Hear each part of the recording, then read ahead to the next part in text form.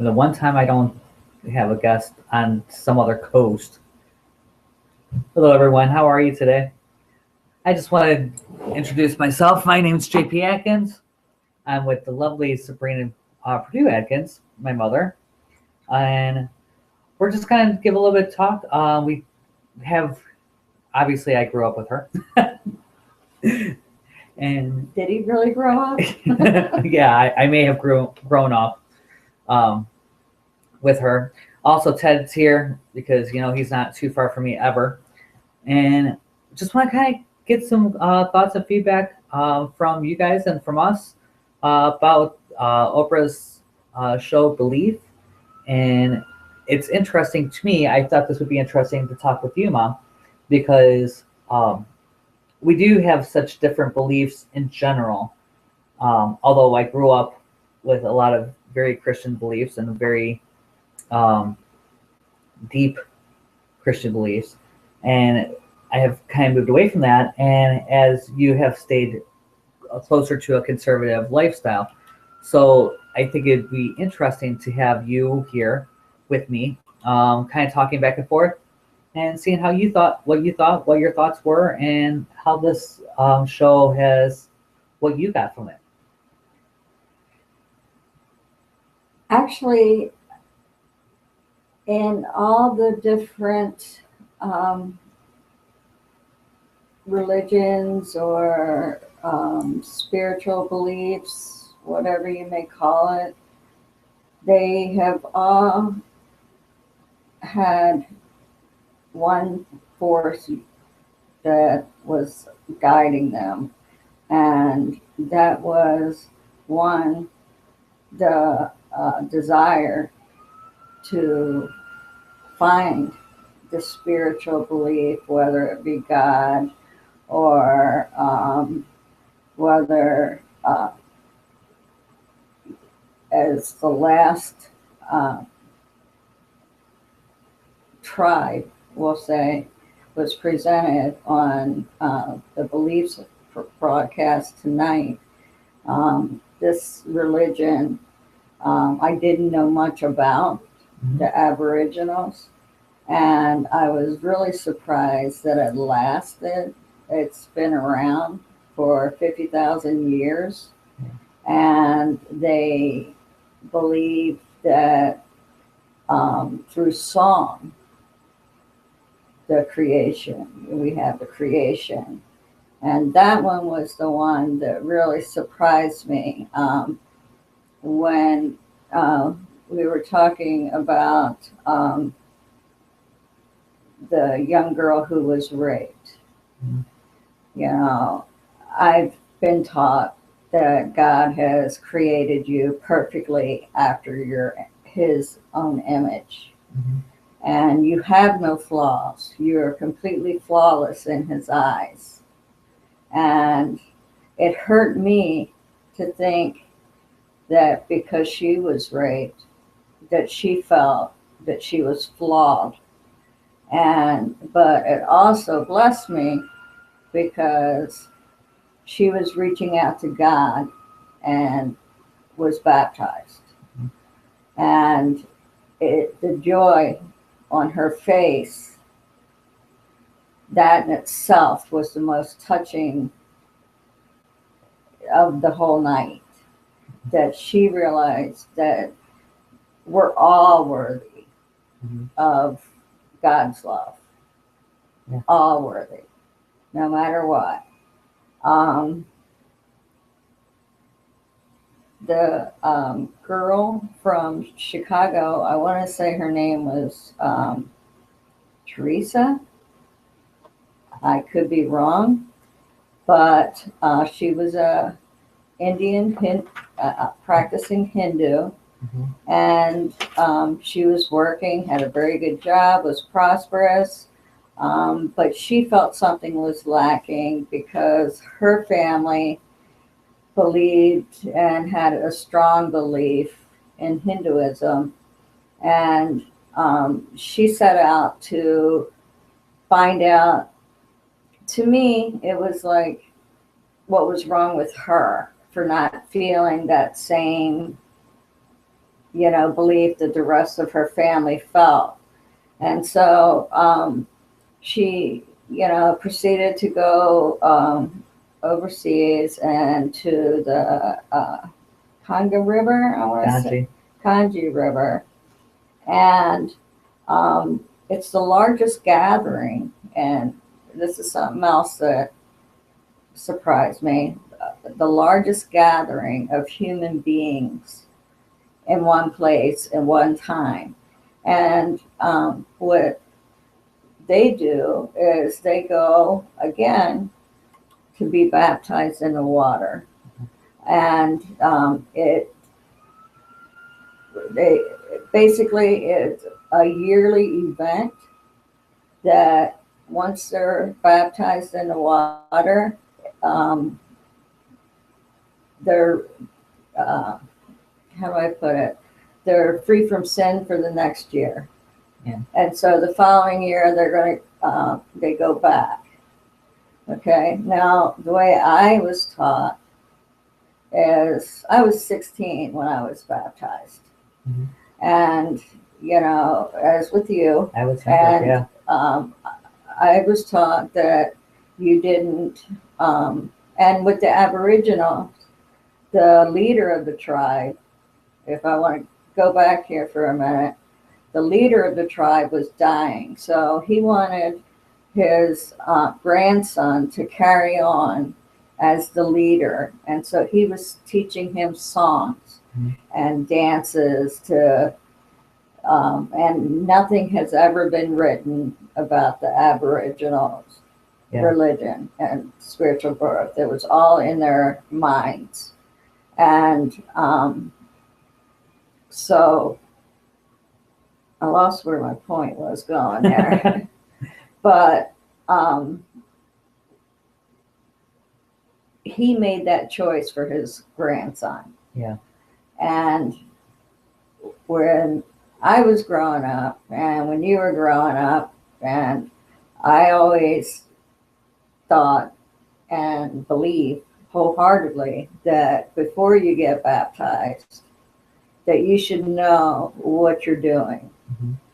And that you're doing it of your own free will, and not to offend any one religion. It's my own personal belief.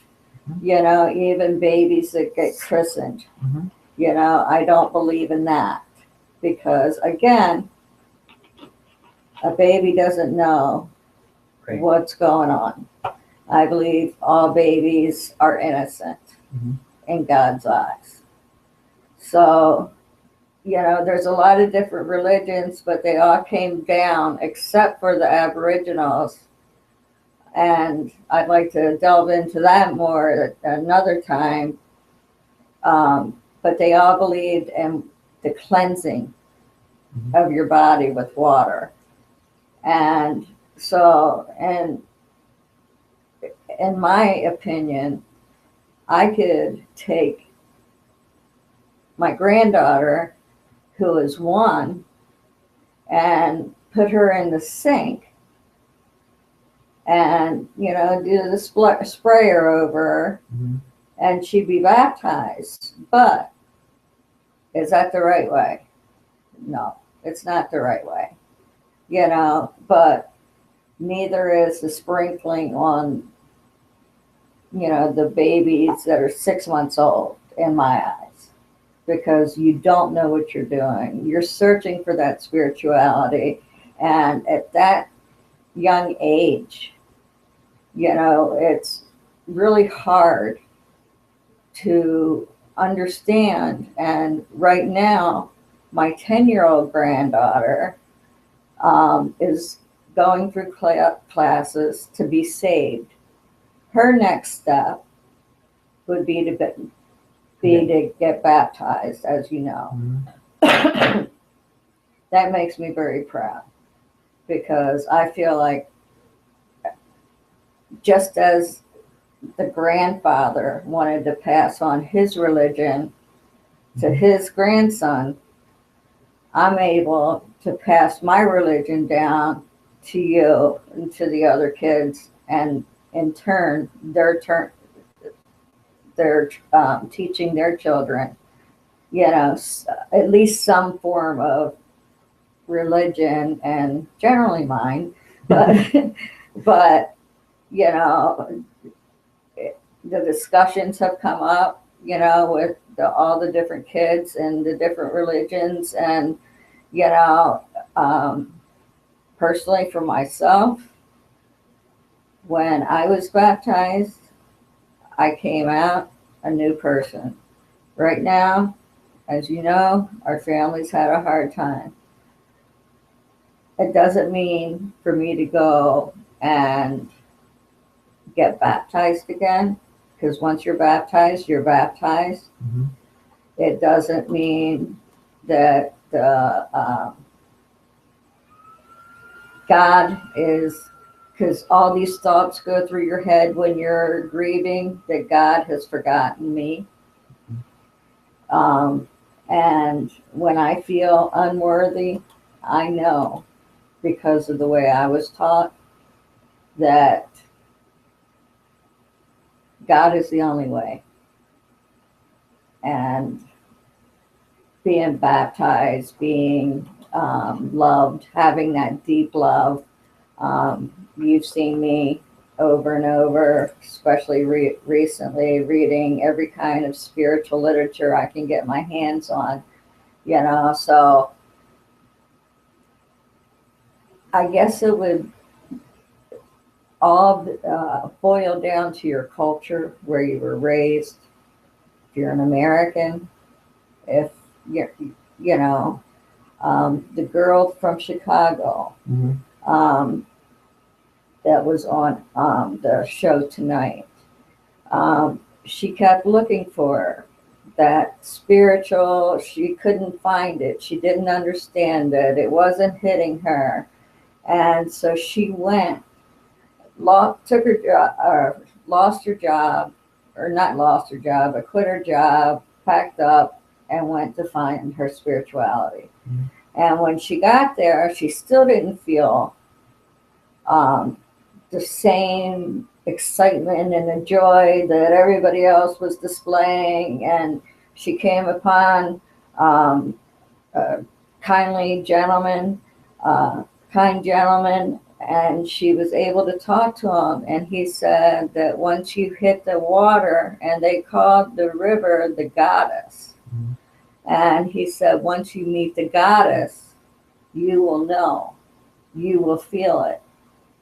And in her case, I noticed as soon as she got her legs wet, the feeling came over her.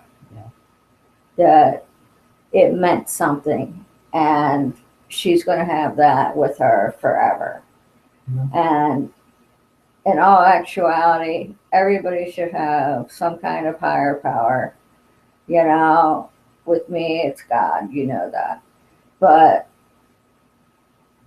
whatever, I don't want to say go along with whatever your family has taught you to go along with, because that's not really a good example, but I would say go along with whatever makes you comfortable and how you would want others to treat you.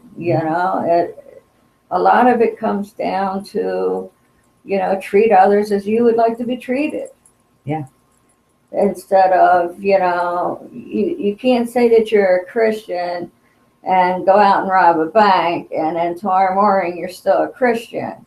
You can't say, you're Jewish and do the same thing, because, all the religions generally intertwine somewhere along the line, so I don't know. That's my summation of what I seen tonight, without reciting word for word what she said. Well, what was great for me, I believe that I struggled a lot with God growing up. After I had my disconnect from the church, I went to a big, huge mega church, a very large church, and we got a new pastor, and the pastor started preaching hate. And it was very traumatic for me, because I had before I had found this home and this place and this space that, and a belief that was very near and dear to me, and having that disconnect with this person and knowing that, okay, and having this disconnect with the ideology that they were teaching, which I had never had before because the prior pastor was very much about love. Um, Brother Rice is how he liked to be called. Was amazing, loving person, and he was older. He was in his 80s when he stepped down. And I think if he ever did teach the things that were being taught when I had my disconnect, they were taught years ago. And he's come to this point where I believe we all come to a point where we realize that it's all about love. It's all about connection. And that's what you're really seeking. Exactly. At the end is that love and connection. And how are you going to connect with who you are and what is bigger than you and how the world is bigger than you. And when you find that connection outside of yourself, I think that is what is so amazing. I've been very open all day. I've been a big open sore, big open wound. We had a really nice chat this morning. It's kind of funny that it kind of dovetailed right into this. Today was about higher power at the Spiritual Life Center. So we were talking about the higher power as you understand them. It's him, her, however you understand it. And it was a great message. John really did a great job about putting it together very interestingly and leaving it open-ended. And really, I think that's the way that you have to, it's such a personal thing, what you believe, how you believe, and what you really believe. Very personal. It's very personal. And how you practice it's very, very individualized. I believe in a connection. I loved the Aboriginal. The world was created by the ancestors in song and dream time. That's beautiful. It's totally within my universe, my one song, belief that we are all part of one song, the one universe, one, that is universe, one verse song. So it just connected and resonated so well with me. Rachel, I believe her name was Rachel from Chicago. Rachel, yeah. And her story was very poignant to me because I did question, and I had such questions, and having that disconnect with what I grew up with and what you believe, and having such disconnect with what I was brought up with, and going to there is no God, to there is something, it was big for me. And seeing her connection, the joy in her face when she picked up the water, and the way they shot it. If you haven't seen this yet, please watch this. It is probably one of the most moving things you're gonna watch. It is the most important television going on in this moment. Truly, I believe this. No matter what you believe, I believe that this is one of those events that you really should see. The way they shot the water. And it was beautiful. The color and the vibrancy and the joy, like you saw that moment of realization of the connection to everything and everyone. And I believe that we are all connected. I believe in that connection so strongly. And I thought that was amazing. Jacob, little Jacob, I actually saw a preview. He is in the previews. He got bar mitzvah, and his questioning, now it's my time to question. Yes. It is my time to question. And I remember you asking me, why are the leaves green? Mm-hmm. Why is the sun or the sky blue? And all of those questions. And I have no clue. And I still don't. So Chloroform. Yeah. Chlorophyll. But I remember all those questions, and being bar mitzvah, I guess it would kind of be the same as being saved, or not being saved, but being baptized, because he knew at 13 this was going to happen, and he studied, and he, knew, practiced Greek, and he was just, he learned more than I did, that's for sure. But I mean, he was amazing, and the excitement and about being a man at the age of 13. One of the things I think that we are missing in the American culture is that coming of age ritual that we just don't have. Yeah, you get a driver's license, and yeah, you turn 18. There's things that you can do, but we really miss that ceremony that that was so prevalent in a lot of different cultures that we Even just don't have. Even in the southern cultures, with the follow the ball, the cotillion, and the cotillions and all of that, some of that still holds true today. Yeah, but it's just not as prominent. Yeah, and it's not as prevalent, and it's not as widespread. And I think that it's one of the things that we lack as a culture in general, is that big coming out, that big moment of now what that means to be an adult, and to be able to question, and that moment to say, now's your time to question. And going away to college is part that, but it's not really, it lacks that ceremony. So I envy, sometimes I envy those things. I envy that, the walk in the song line, the go out for the first hunt, and a lot of older cultures and Aboriginal cultures, they have going on the first hunt. I think in one of the next ones, they talk about this tribe that jumps off of this tower, and they bungee jump. Basically, it's where bungee jumping comes from, and it's just an amazing proof that who you are. And I think sometimes we lack some of that structure. It's because we like to play it safe. Sometimes, yeah, maybe. Instead of exploring really what all is out there, including religions. There's so many different religions, and it is really the way you were raised. I remember Junior, because yourself, if I was in church, you were in church too, and Junior hated it. And before he died, about 6 months before he died, I talked to him about religion, and he said, "You know why I hated it so much?" And I asked him why, and he said, "Because you said I had to. That's what you're supposed to do. You're supposed to get up and go to church on Sunday." And I thought to myself, I guess I could have put that in a different way to a 10-year-old or a 9-year-old. Yeah. And I regret that. But yet again, on his deathbed, he knew what he needed to do. Yeah.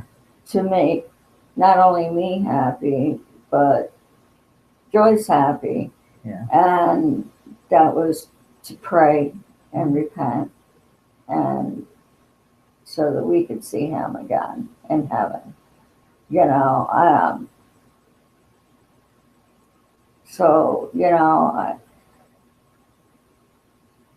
you guys were all kind of force-fed religion.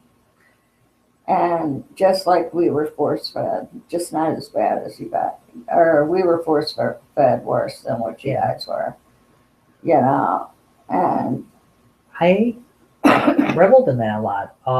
As you know, I was going to church 4 times a week, and I know you and the choir, and scholarships, and did amazing things. I even today, a lot of the stuff that I'm doing now stems from that time of being that connection, knowing that I'm a teacher and knowing that somehow I am called to serve. I'm not sure how yet. Um, and it's definitely not in the way that I was taught then, because I don't see that as being the path that it's not the path that I should choose. And it's not the path that I would teach, because it's not my path. It's not that it's a wrong path. If it helps you, I think that each religion is a different path into, it's all in worshiping the same thing in different ways. Exactly. So when you see a Christian path and are actually following it, and the problem is most Christians aren't following a Christian path, which is one of the problems that I have a lot with religion, with organized religion, is what is your path? How are you showing that? How are you showing up in your religion? And I think that we'll talk about that a little bit more later. As the show goes on, I think on Tuesday or Wednesday is your practice. I kind of want to touch on that a little bit more there. But yeah, I just think that for me, it was very interesting to see the different connections. Oprah is doing a great job, as always, showing us how we're more alike than different. I think that's been that is her mantra, is we're all more alike than we're different, no matter who we are. I have to agree with that. And I think that she did a good job. And the moments that were the connection points, were the mass baptism for the evangelicals, to the mass baptism of the Hindu, to the song line in the speaking the Torah in the song line, the written compared to the oral tradition, and seeing that and how that connected and how all of them connected within their lines and their traditions was really great for me.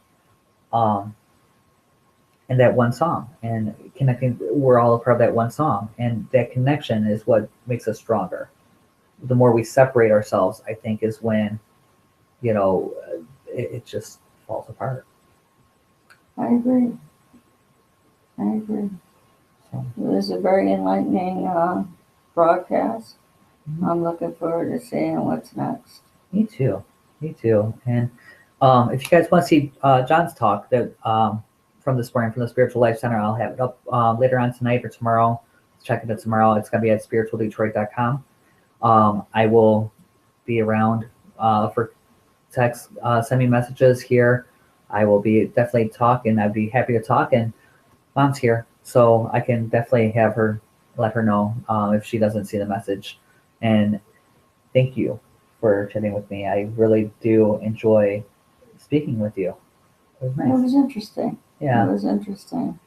I'm looking forward. I'm trying to get my siblings here. I'm going to try one night with the siblings, because we had a really interesting talk a couple years ago on the subject, and I would really love to recreate that and kind of get their feedback, especially as they're watching this. So if you're watching, as I know you are, because you're my siblings and you love me, know that you're going to be here soon. We got to pick a date. All right. You are all loved, and I will see you soon.